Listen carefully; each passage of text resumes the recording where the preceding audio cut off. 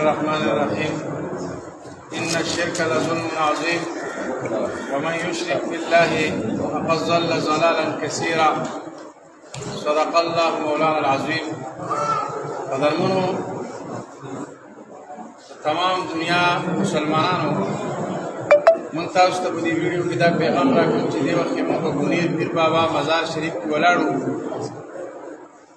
او موږ د بابا نصیب سادات او دا موږ سره حضرت مفتی زین العابدین صاحب دامت برکاتهم العالیه د هغه په نگرانۍ کې راغلي.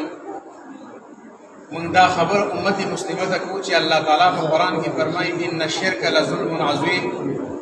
شرک چې دی دا انتهایی ظلم دی او چا چې شرک وکړ نو دی ګمراه شو په لوی ګمراهۍ سره.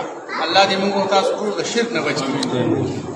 دا زموږ د مسلمانانو عقیده او ایمان دی چې بابا نه زوی ورکوي چاله، نه چاله لور ورکوي، نه چاله صحت ورکوي، نه چاله ښه ورکوي، نه چاله بد ورکوي.